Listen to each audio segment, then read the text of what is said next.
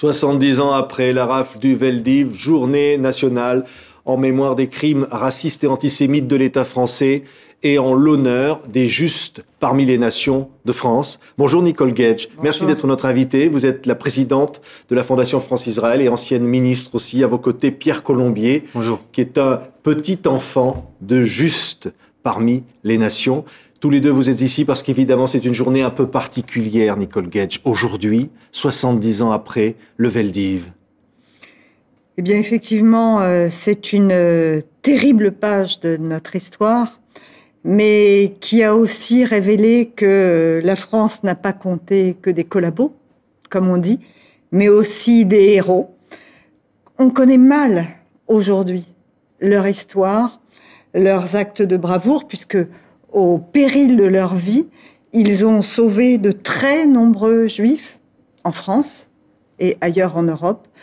Et je crois qu'il faut absolument non seulement leur rendre hommage, mais encore absolument faire connaître leur histoire, parce qu'on ne sait pas de quoi demain sera fait. Et eux, ils ont montré qu'avec la force de leurs valeurs, ils ont pu s'opposer à la barbarie nazie, ils ont pu s'élever contre les nazis et contre le régime qu'Hitler a voulu imposer. Et voilà, pour hier comme pour demain, très très très important de le savoir et de se souvenir. Nicole Gage, vous avez organisé, avec l'aide du Comité français pour Yad Vashem, la Fondation France-Israël, un voyage particulièrement émouvant. Des petits-enfants de justes qui sont allés en Israël voir le nom de leurs grands-parents, le nom de ces héros ordinaires, de ces justes parmi les nations inscrits sur ce mur du souvenir. C'est un voyage qu'a suivi Jérôme Bonny. On se retrouve tout de suite après. Arrivée de nuit à Jérusalem. Après 4 heures d'avion, nos 20 petits-enfants de justes accusent la fatigue. La présidente de la Fondation France-Israël, Nicole Gage, les rappelle à leur mission. Vous avez fait le choix, pris la décision de faire un voyage de mémoire, mais aussi vous allez comprendre que vous êtes venus ici comme des témoins et comme une jeune génération sur laquelle nous comptons tous pour qu'à l'avenir ne se reproduise jamais ce que vos grands-parents et arrière-grands-parents ont connu.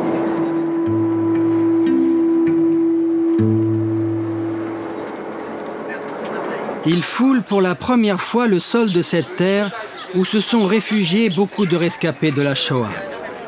Avec eux, le professeur René Friedman, l'un des pères du bébé éprouvette, venu spécialement de Paris pour retrouver dans le groupe Léa Cazenave, arrière-petite-fille des justes auxquels il doit la vie. René Friedman est né en pleine guerre, en novembre 1943, dans les Pyrénées-Atlantiques. Sa famille avait été cachée par Marie Cazenave, responsable de la gare routière de Soumoulou, avec son mari Jean Cazenave. On m'a toujours présenté ça comme quelque chose de normal, ça n'avait rien d'extraordinaire. C'est ce qu'on dit toujours. C'est ce qu'on dit toujours, mais c'est vraiment comme ça. Et j'ai aussi redécouvert toute cette histoire avec les recherches qu'a mené Guy, son frère, concernant au moment de la remise de la médaille des justes, où là, vraiment... Et puis c'est peut-être après coup que vous avez découvert que c'est quand même extrêmement dangereux aussi. Aussi, mais ça, je pense que c'est un danger qui a été assez... Enfin, dans ma famille, c'est un danger très banalisé. Ça a toujours été normal, ce qui s'est passé.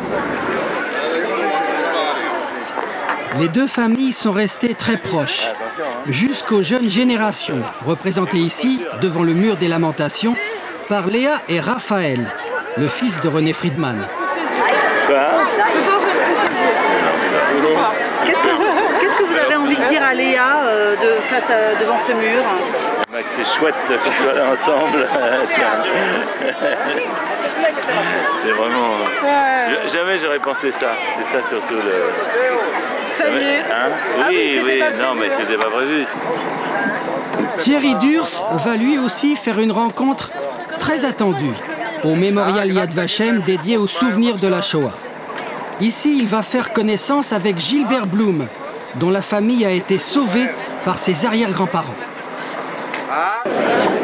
Bonjour, comment allez-vous?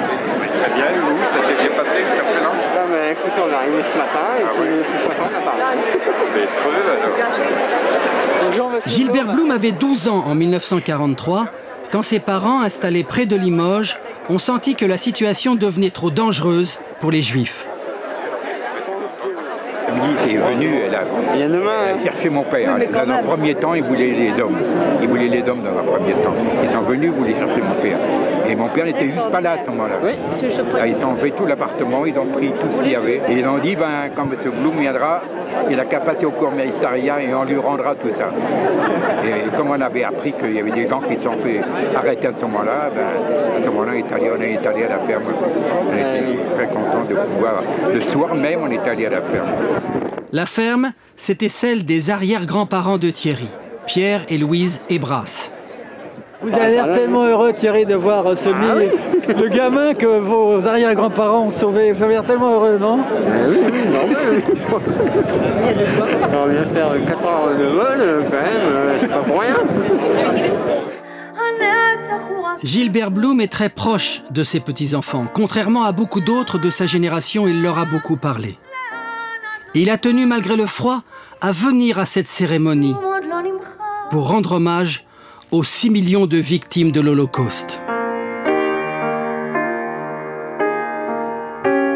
D'autres rescapés y sont venus témoigner. Dans l'assistance, les petits-enfants de Juste sont bienvenus. Ils se trouvent mêlés à des familles juives qui leur sont reconnaissantes. Demain, Sarah va rencontrer Francis Veil, sauvé par ses arrière-grands-parents il y a 60 ans.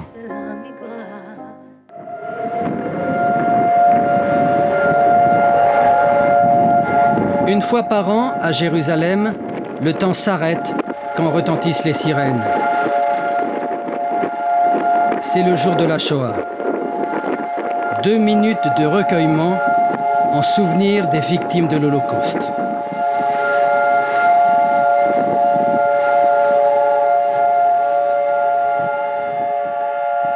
Même les agents de sécurité qui contrôlent l'entrée du mémorial de Yad Vashem se figent.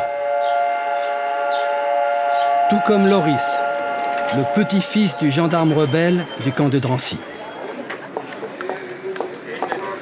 Bon, ils se sont tous arrêtés de travailler, tout le monde s'est posé, c'était vraiment impressionnant. J'ai déjà vu des minutes de silence en France, mais suivi comme ça, j'avais jamais vu.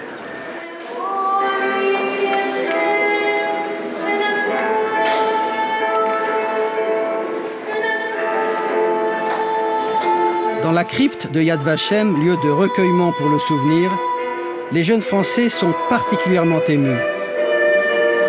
Ils pensent à ceux qui n'ont pas eu la chance de rencontrer une main secourable, comme celle de leurs grands-parents. Ils savent que derrière chacun des noms des 6 millions de Juifs exterminés, il y a une histoire. Les arrière-grands-parents de Jeanne Longhi ont sauvé la petite Rachel Kokotek. Mort en Lituanie. Mais les parents de la fillette, à la mémoire de eux, Shlomo Bergman, ont été déportés. Mort en Pologne. À la mémoire de Wolf Kokotek, mort à Auschwitz.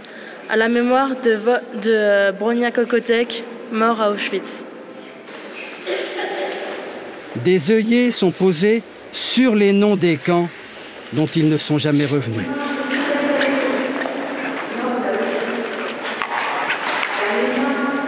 C'est la partie la plus émouvante pour l'instant du voyage.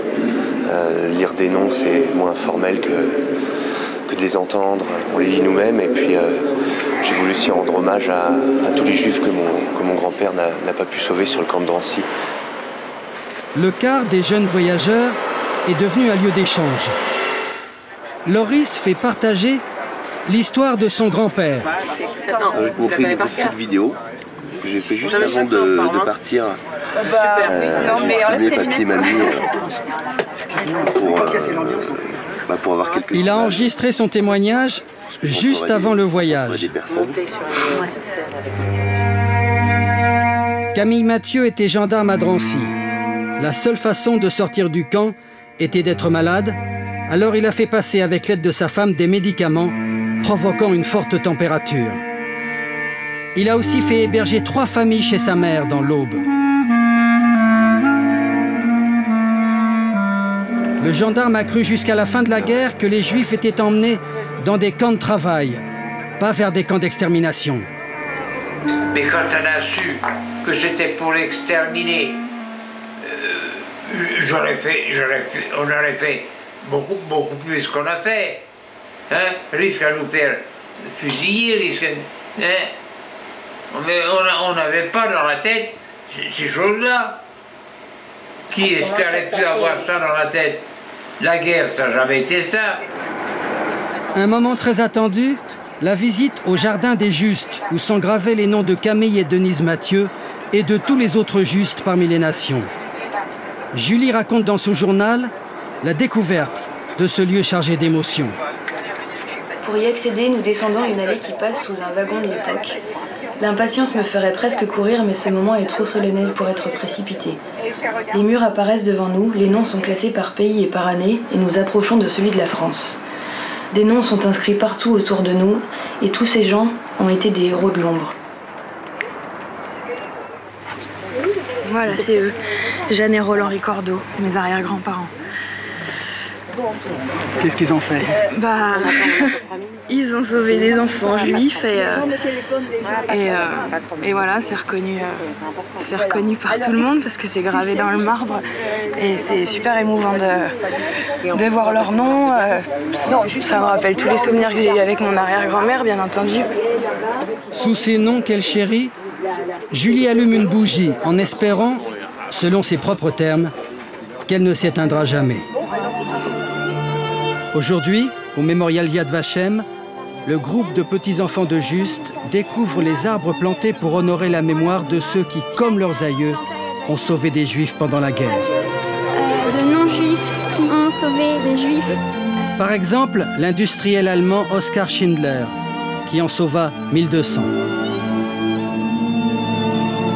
Sur les murs du Jardin des Justes sont inscrits 23 000 noms, dont 3 157 Français. C'est un moment chargé d'émotion pour leurs descendants.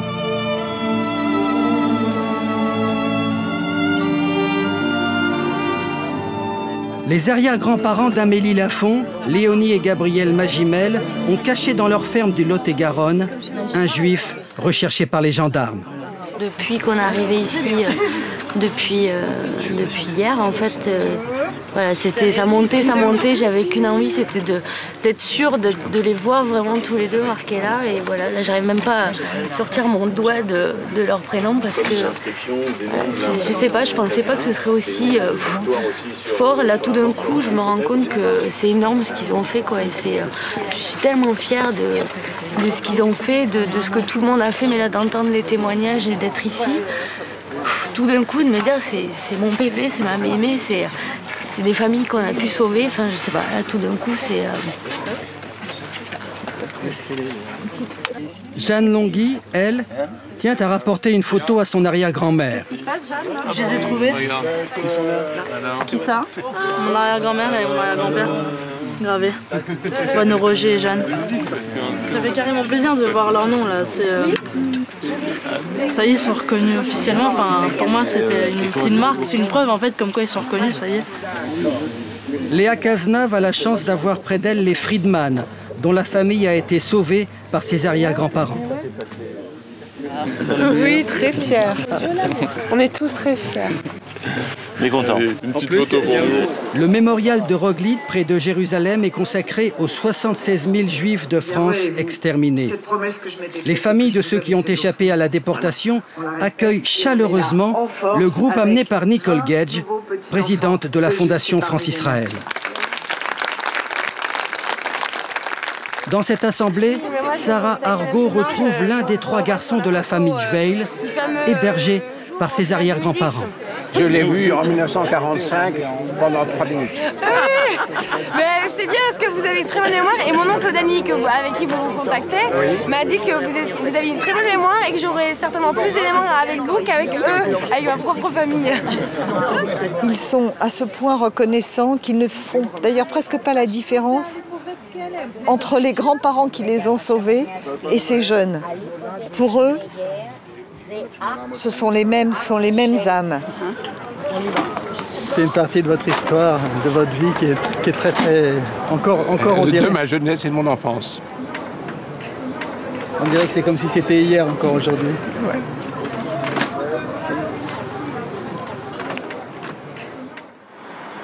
Le soir, Sarah est invitée chez les Veil. C'est pas tout à fait votre génération que j'ai connue. Ben ouais, mais je la représente. Mais vous représentez toute la famille. En fait, c'est presque comme si Sarah faisait partie de la famille. La seule chose que je reconnais chez vous sont vos yeux. Ce sont les yeux des Durand. Ah. Voilà. Ça, c'est...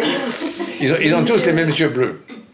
C'est pour rendre hommage au courage de Daniel et Évodie Duron-Jonac que les Veil leur ont fait décerner la médaille de Juste parmi les nations. Il y a eu un certain nombre d'incidents. Il y a eu des gens qui ont été pris par les Allemands, qui ont été fusillés parce qu'ils avaient accueilli des Juifs chez eux. Bon, c'est vrai. Ils sont partis à Moulins. Sarah a souvent réfléchi à ce qui avait amené ses arrière-grands-parents à prendre tant de risques.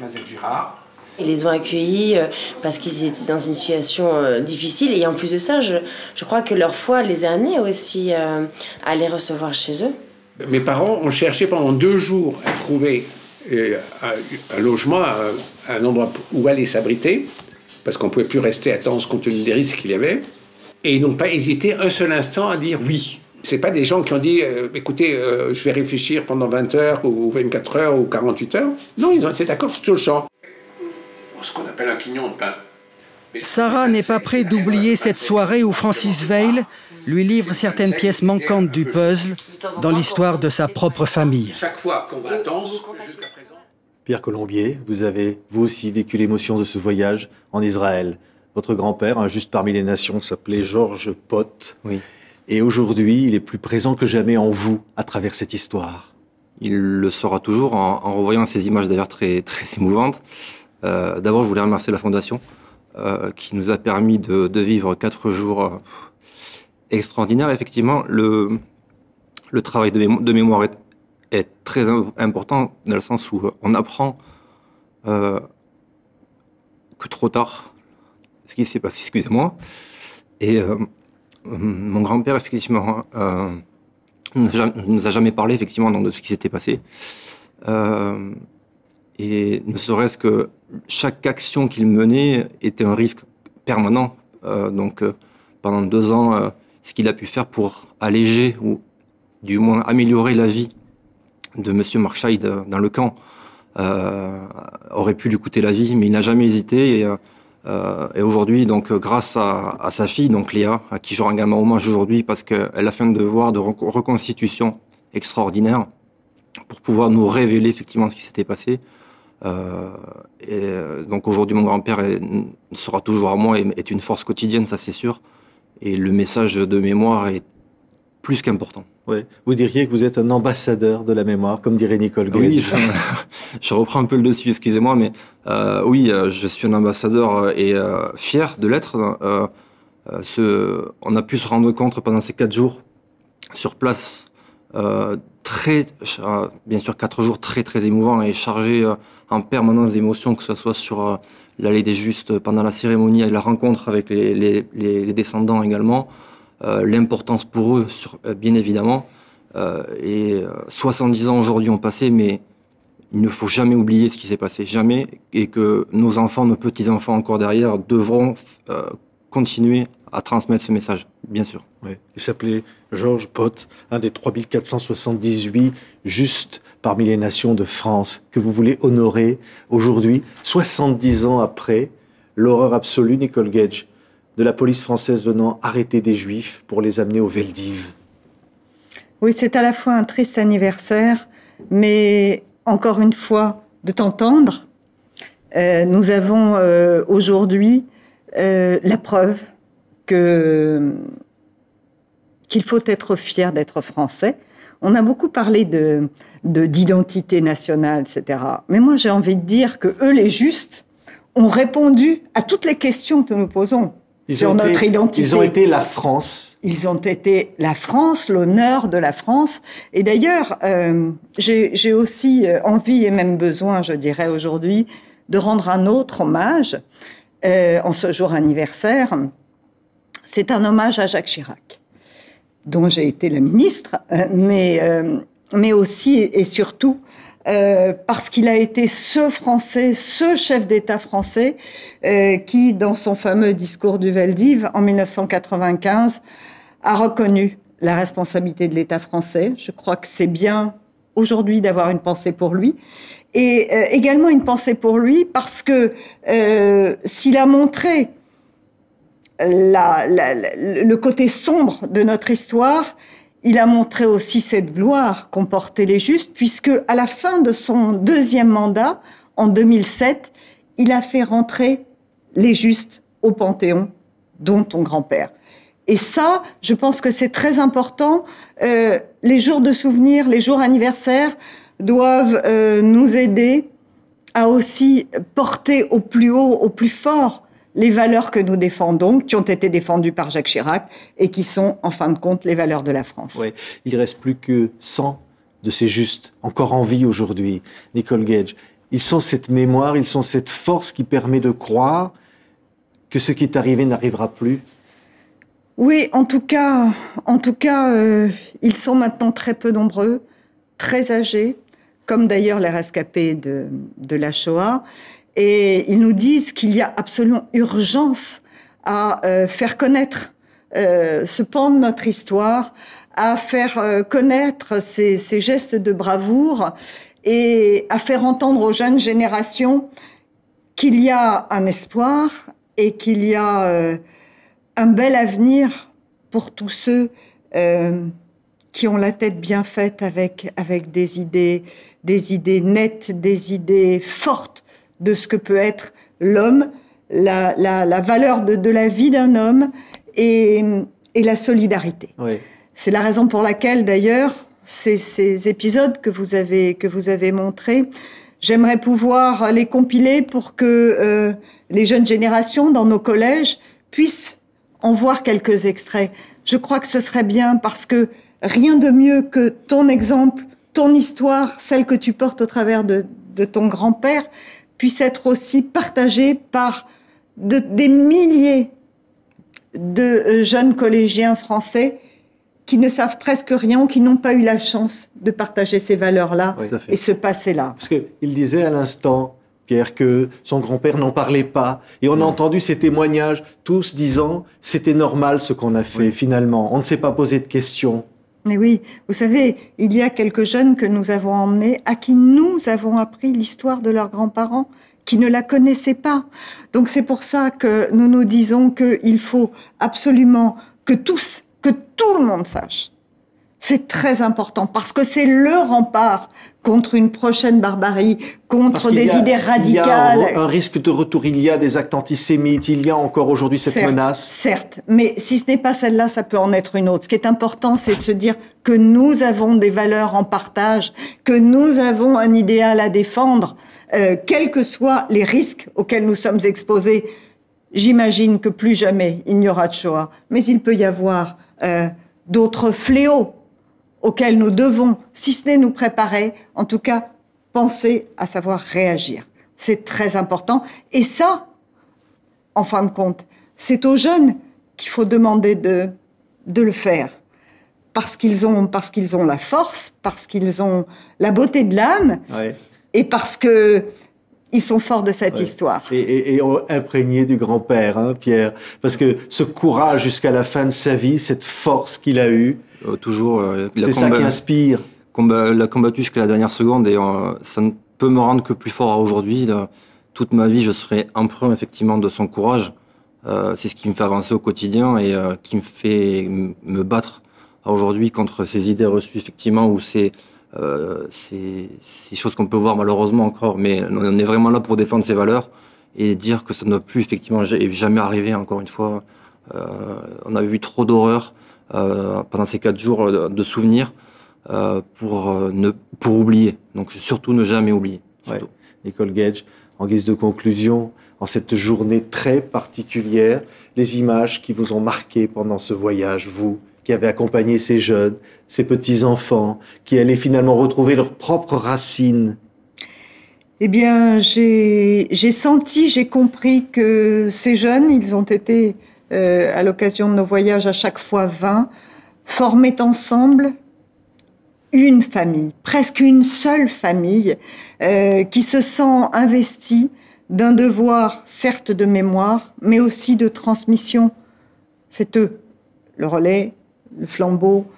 Et ce qui m'aura marqué, c'est que la prise de conscience qu'ils ont eue, c'est le plus grand message d'espoir et d'optimisme que je puisse avoir. Merci Nicole Gage, présidente de la Fondation France-Israël. Merci Pierre Colombier. Merci à vous. Petit enfant de Juste parmi les nations. C'était aujourd'hui, 70 ans après, la mémoire des Justes. Émission spéciale sur TV5. Merci de nous avoir suivis.